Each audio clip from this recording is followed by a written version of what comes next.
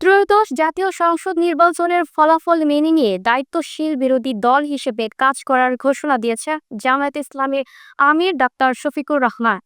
তিনি জানিয়েছেন, নির্বাচনে দলের অর্জিত ৭৭টি আসন আধুনিক বাংলাদেশের রাজনীতিতে শক্তিশালী বিরোধী দল হিসেবে তাদের অবস্থান দৃঢ় করেছে এবং সরকারকে জবাবদিহিতার মাধ্যমে জাতীয় অগ্রগতিতে সহায়তা করবে। বিস্তারিত দেখুন প্রতিবেদনে।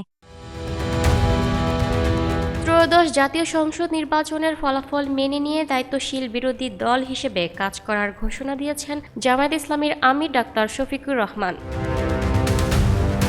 শুক্রবার ১৩ ফেব্রুয়ারি দিবাগত রাত ১টা ৪৪ নিজের ভেরিফাইড ফেসবুক পেজে পোস্ট দিয়ে এই ঘোষণা করেন তিনি। জামায়াত আমির লিখেন, গত কয়েক মাসে অসংখ্য স্বেচ্ছাসেবক ও সমর্থক অক্লান্ত পরিশ্রম করেছেন। আপনাদের কৃতজ্ঞতা জানাচ্ছি। অনেকেই সময়, শক্তি ও বিশ্বাস উৎসর্গ করেছেন এবং কেউ কেউ গণতান্ত্রিক অধিকার প্রয়োগ করতে গিয়ে ভয়, ভীতি ও হয়রানির শিকার হয়েছেন। তাদের এই সাহসিকতা গণতন্ত্রকে শক্তিশালী করেছে।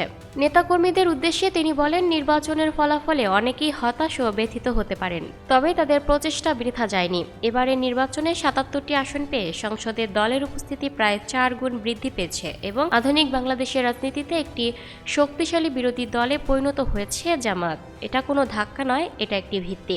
রাজনীতির ভাগ্য পরিবর্তনশীল উল্লেখ করে ডাক্তার শফিকুর রহমান বলেন, বিএনপি ২০০৮ সালে ৩০ আসনে নেমে এসেছিল।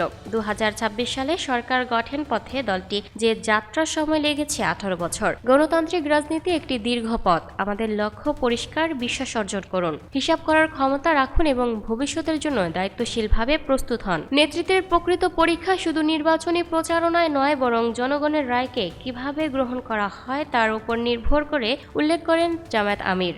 পোস্টে তিনি লিখেন, আমাদের আন্দোলন কখনো একটি নির্বাচন নিয়ে হয়নি। গণতান্ত্রিক সংস্কৃতি শক্তিশালী করা, নাগরিকদের অধিকার রক্ষা করা এবং একটি ন্যায়নিষ্ঠ ও জবাবদিহিত রাষ্ট্র গড়ে তোলাই আমাদের উদ্দেশ্য। জামায়াত একটি নীতিবান, দায়িত্বশীল ও শান্তিপূর্ণ বিরোধী দল হিসেবে সংসদে ভূমিকা পালন করবে এবং সরকারের জবাবদিহি নিশ্চিত করে জাতীয় অগ্রগতিতে গঠনমূলক অবদান রাখবে। নীতিগত ও শান্তিপূর্ণ রাজনীতির প্রতি আমাদের অঙ্গীকার অটল।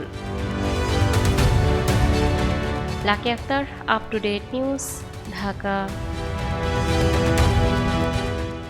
প্রিয় দর্শক, এই ছিল আপ টু ডেট নিউজের সর্বশেষ আপডেট। পরবর্তী আপডেট সবার আগে পেতে আপ টু ডেট নিউজের ফেসবুক পেজ এবং ইউটিউব চ্যানেলের সাথেই থাকুন। ধন্যবাদ।